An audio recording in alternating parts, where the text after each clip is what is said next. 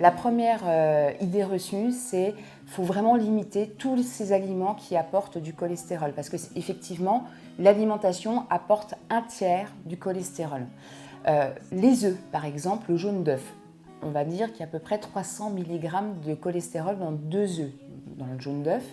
Il faut savoir que tout ce qui est cholestérol alimentaire, donc les œufs, les abats, les fruits de mer, les crustacés, vont effectivement avoir cet apport important de cholestérol. En revanche, le cholestérol alimentaire n'aura aucun impact sur l'augmentation du cholestérol sanguin et notamment du mauvais cholestérol.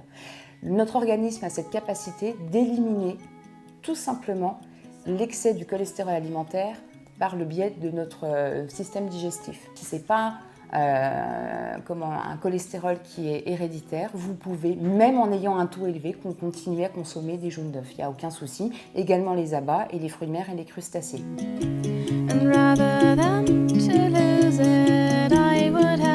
Pour la recette anti-cholestérol, vous avez déjà en entrée, on peut faire un smoothie à l'avocat, parce que l'avocat apporte beaucoup de polyinsaturés en graisse, des graisses polyinsaturées, donc qui sont excellentes pour augmenter le taux de bon cholestérol. Vous pouvez parsemer par-dessus le petit smoothie des petits composés, des petits copeaux de noisettes, parce qu'également la noisette a pour vertu d'augmenter également le taux de bon cholestérol.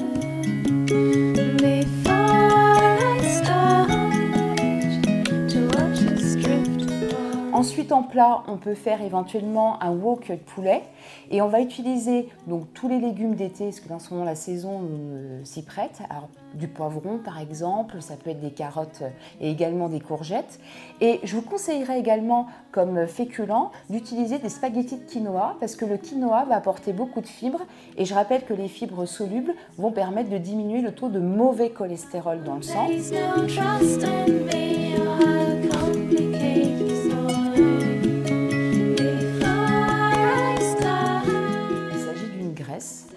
Qui a quand même un rôle fondamental pour notre organisme parce que le cholestérol va permettre de participer à la fabrication de nos cellules, notamment nos membranes cellulaires. Il va permettre également d'intervenir dans la construction des hormones, de certains types d'hormones, notamment l'adrénaline, les œstrogènes, la testostérone. Il est un composant essentiel pour la fabrication de la bile et c'est également un composant essentiel pour la constitution de la vitamine D.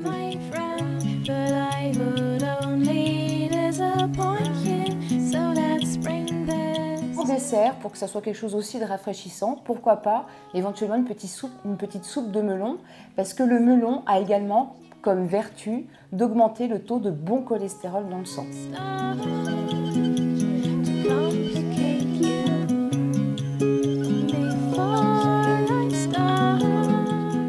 On entend souvent, on fait tout cuire à la vapeur, on ne met plus du tout d'ajout de matière grasse. C'est complètement faux. Il faut au contraire privilégier les huiles végétales, notamment les oméga 3 et les oméga 6. Je pense à l'huile de pépins de raisin, l'huile de maïs, l'huile de tournesol, l'huile d'olive. Ce sont des huiles qui sont cardioprotectrices. Ça évite les maladies cardiovasculaires.